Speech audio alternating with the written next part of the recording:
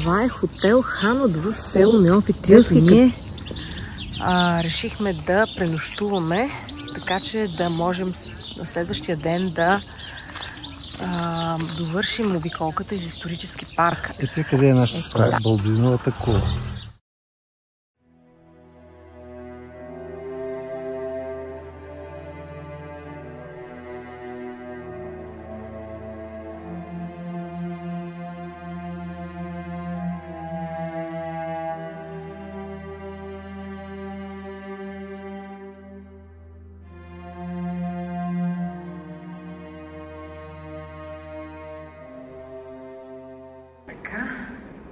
В момента, в който влязох в този коридор, светлината стана по-силна от тавана.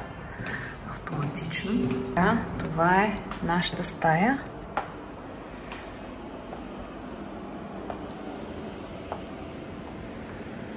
Ето долу. Дървени тавани. Разбира се, климатик. Гардеробът е резба.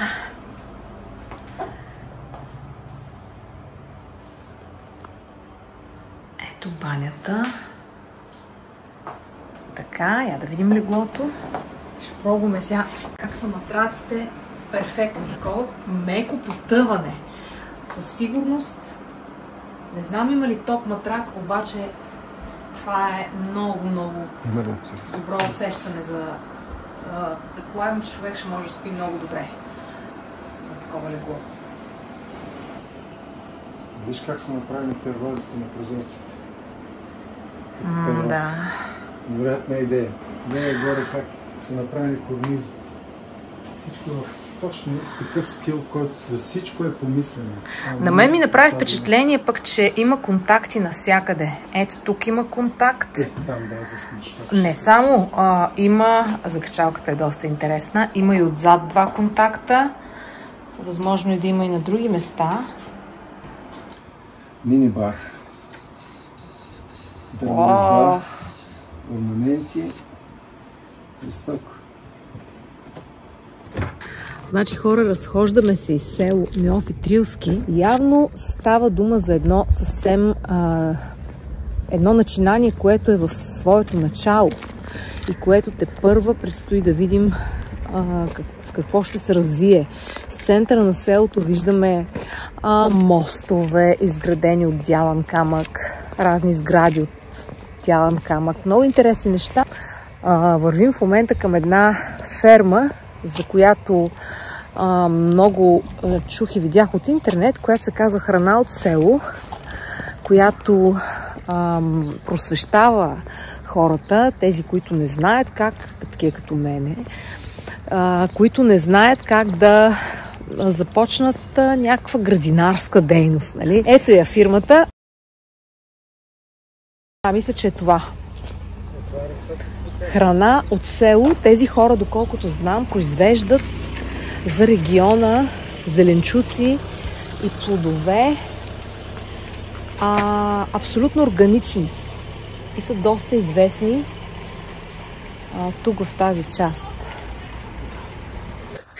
И продължаваме разходката. Както си вървим. Оп! Розариум, билкариум. Я да видим малко. То е затворено. Нищо не работи.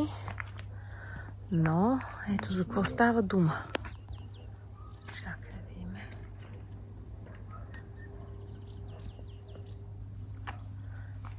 Така.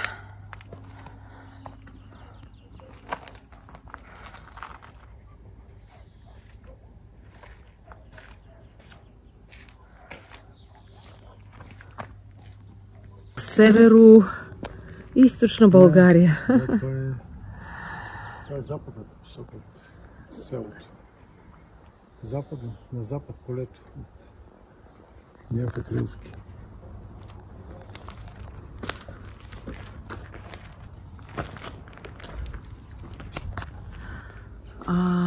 Интересно ми е, чий е този дом. Много хубав, особено така надникнах малко клюкарската, но ми беше интересно да забележа, че има разкошни съоръжения за деца, за игри. Просто прекрасно са си го направили хората и мисля, че така би трябвало да бъде всеки един български дом. Но хора, аз разсъждавам и смятам, че става дума за предприемачи. Хора, които са наясно с това как се генерират пари. Хора, които са финансово грамотни за това как се правят, как се случва този процес. А ми се струва, че повечето хора в България са абсолютно финансово неграмотни, в това число и аз, разбира се. Има процеси, които ако в момента, в който започнем да говорим за тези процеси и поради нашата финансова неграмотност, ние смятаме, че са схеми и че са някакви едва ли не измами, а то не е така. Просто трябва да се образоваме малко финансово, преди да така си позволим да коментираме, да осъждаме, да обсъждаме и прочие. Да.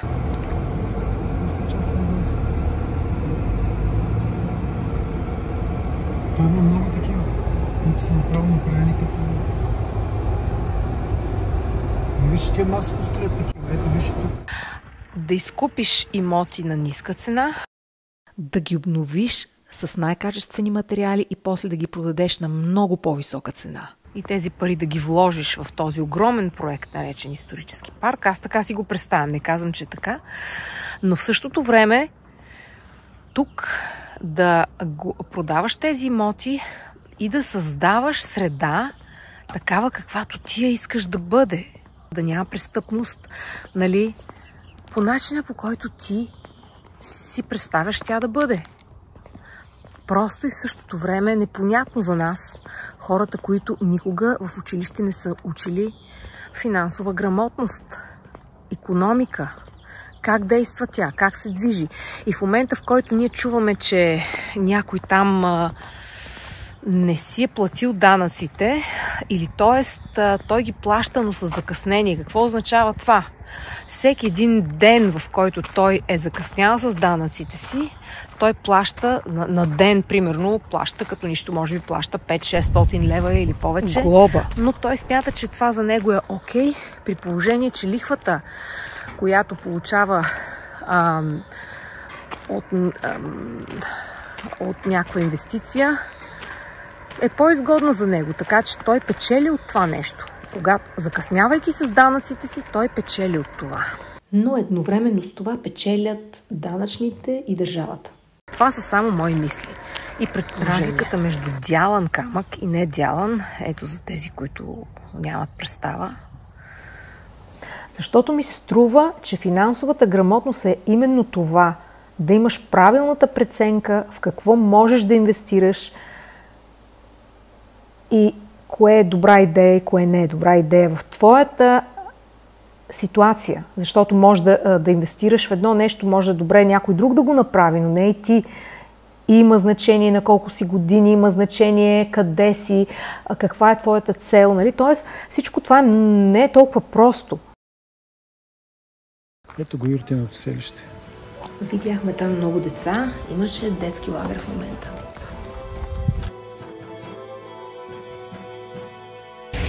Ето ни отново на входа на исторически парк. Настанихме се в хотел Хана в село Трилски и случи се нещо доста интересно.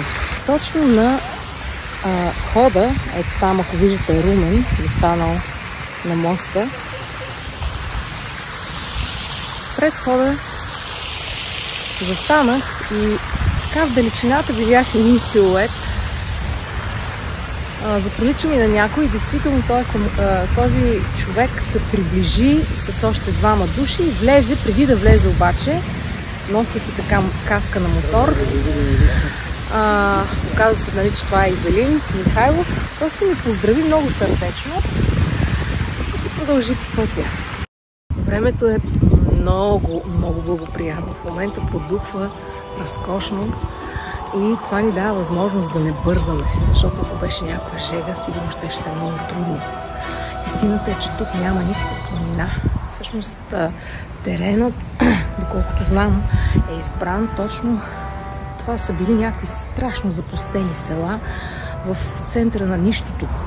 И бил избран така, че да няма, да се избегне какъвто и да е конфликт на интереси. Нали? На място, което никой не иска да инвестира, никой не иска. Но ето, че нещата се променят и в момента вече не е точно така. Да виж каква огромна дело има тук. Чуваш ли акустиката?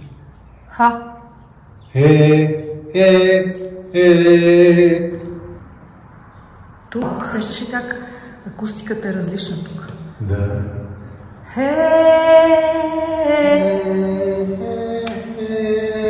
Ами да. Гледай как изграждаме. С тухлички тук. Зид надолу. Пак тухли. И долу е мрамор. Ето. Гледай как е направено това нещо. Не е истина. И сега сме в друг акустичен ефект. Кой го е правил всичкото това, Ронки? Как се е правил това нещо? Ами кой? Хора с мерак. И с вяра. Че правят нещо добро и правилно.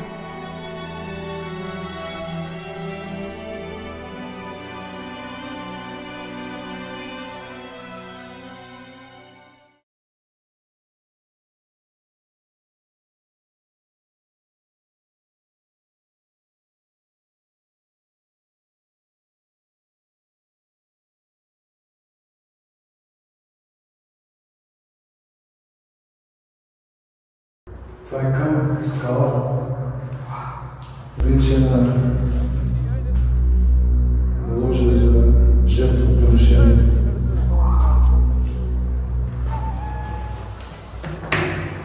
Силна скала. Два свещника. Доста страшно.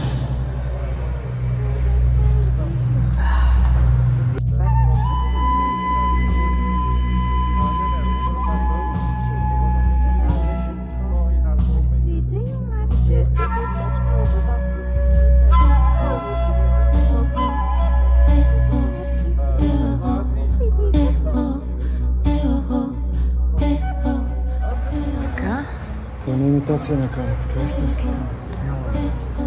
Всичко е идеално. Просто виждаш детето къде е удряло. Това е нещо невероятно. Това нещо да се направи. Това за всеки камък да сложиш, да вкараш такъв невероятен детайл във всеки камък. Погледнете тук, вижте за какво става въпрос.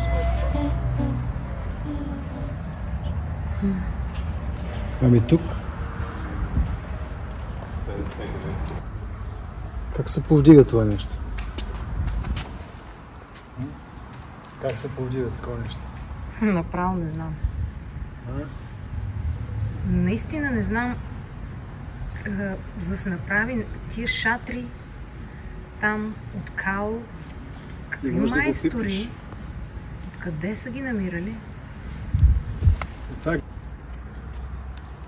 Просто тук е извършена грандиозна работа. Само който не го е видял, няма да го разбере. Трябва да дойдеш да го видиш. Всяки приказки са излишни. Други. Сега сме при юртите.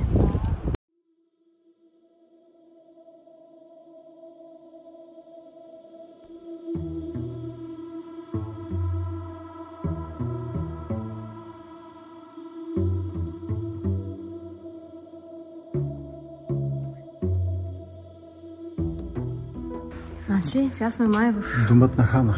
главната юрта. Така ли ще дойде?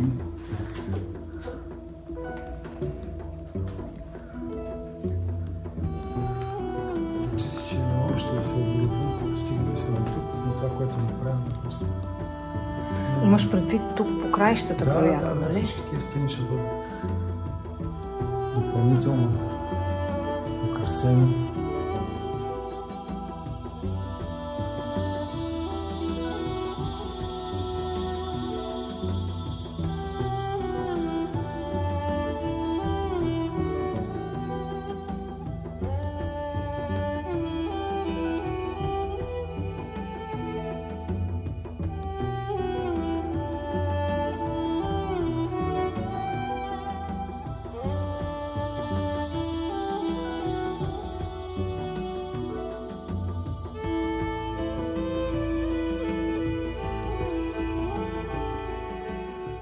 Дърворезбата по вратите наистина е много интересна. Това са като бойници. Значи това отвътре, които във врагът вън, значи той застава в планинската част, тук да речем става с така. Така, в по-късни времена вече стават каменни стени с бойници. Но тук още е много преди това. Така всичко е дърво. Това казваш, целият парк е осветен. Нощно време това всичко свети. Ето, погледни. Да. А това е нещо като автомобил, само че... Да. Абсолютно отговаря на думата автомобил. Сам се движи. Ще дръвченци тук сега. Още са мънички. Но това след 10-15 години ще бъдат огромни дървета. Може би повече. Независимо всичко. Всичко е залесено. Невероятен размах. Абсолютно всичко. Мислено и премислено. Все си го представяха, но... Това е идея на един човек. Един човек. С вяра. Да, вярвам, че много хора са това всичко се постои да се направи. Страшно много сигурно. Аз мисля, че огромен брой хора. Да. И енергията, и... Не, тя енергията е ясна. Не е ясно. Енергията е на много хора. Не, но той за да го организира това нещо. Не, просто... Той трябва да събере всичко. И аз се чудя на тази смелост. Къде е дошла? Абсолютно.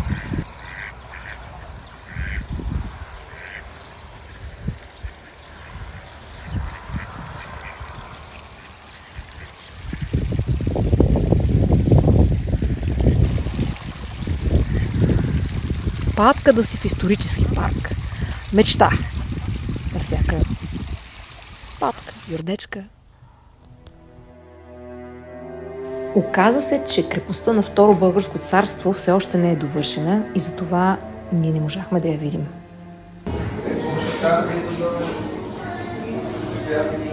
Истинска вера. Истинска. Нещо, Обърнете насам. Нещо, което занаятчийско пиво. Отдавна вече няма да намериш никой на място. Как е спрямо чешките бири? Не бе, това е истинска немските бира, това е жива бира. Това няма нищо. Виж сега, има и други живи бири. Не, единствено по места.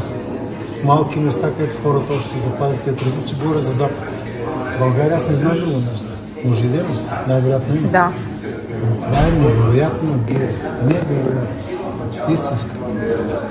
Пиеш. Аз пък ще изкоментирам виното, което е домашно. Домашно, искам да кажа кукашно на исторически парк. Това е абсолютното перфектно домашно вино, но някаква много висока класа домашно вино. Просто леко, в същото време много вино.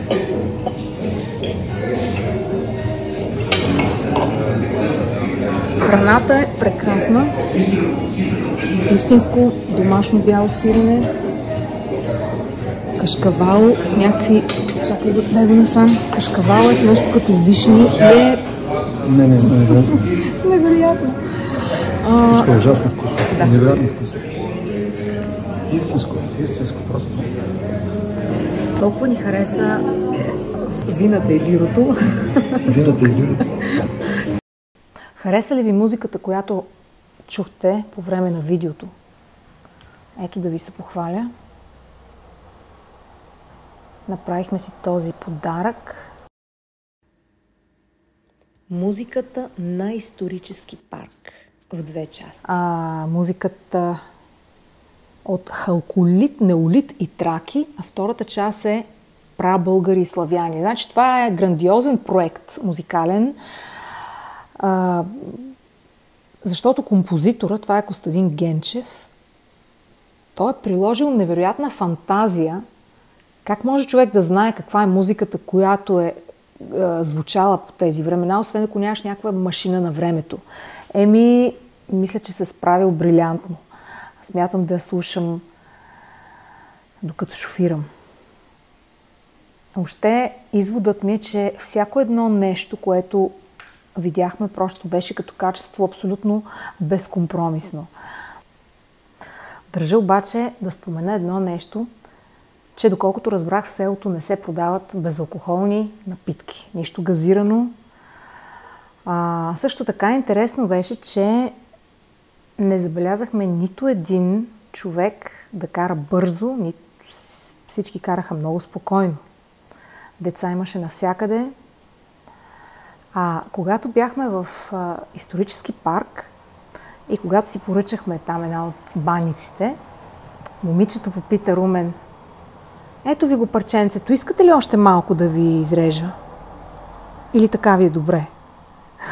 Не знам някъде друга може ли да се случи. Да, имаше някои хора, които в първа част се чудеха защо е ниска посещаемостта на парка. На видеото няма други посетители, сякаш ние сме единствените. Ами знаете ли какво се случи? Всъщност точно на втория ден от нашето посещение се оказа, че протеста в София. И всъщност цялото село бяха отишли в София. Даже хотелът беше затворен. Ние трябваше да го напуснем и просто си оставихме ключа на рецепцията и оставихме всъщност вратата външната отворена. И тръгнахме. Това е причината. Всички сме толкова изморени да бъдем разочаровани от това, което се случва в политиката. В същото време обаче наблюдавам, че много хора сякаш помадряват. Започват да наблюдават и не бързат да си вадат изводи, когато чуят, че е някой измамник или че е нещо, което ние не знаем, няма как да знаем. Плюс това нещата никога не са черно-бели. Наистина дойде време да помадреем. Мисля си също така, че има два вида закони. От една страна законите на държавата. Хубаво е да се спазват. Но има и едни закони, други, които имат още по-голяма сила. Това са Божиите закони или както искате да ги наричаме. Законите на Вселената, на сътворението, на Твореца. Ами ако това е чисто намерение, ако наистина тези хора са чисти и го правят с чисти намерения, бихте ли подкрепили това? Аз мисля, че би трябвало този проект не само да му се даде шанс, а да го подкрепим и да продължи да вдъхновява всички хора, за да можем да си оправим градинката и да излезем от това блато. И после се замислих, надали има човек на земята, който да не е бил някога в живота си жертва на несправедливост някаква. Просто почват да те сочат с пръст или просто някой път с мълчание могат да те убият. Ти даже не знаеш за какво става дума. Така че такива неща могат да се случват. Те се случват постоянно. И сега въпросът е ние подкрепяме ли ги? Не е ли по-добре просто да наблюдаваме, ако не сме сигурни, да не избързваме с изводите?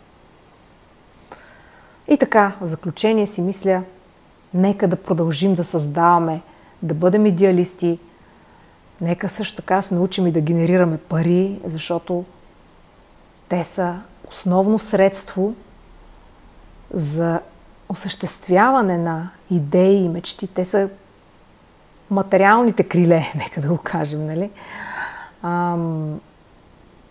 Защото само тогава, когато творим и създаваме, можем да бъдем истински щастливи.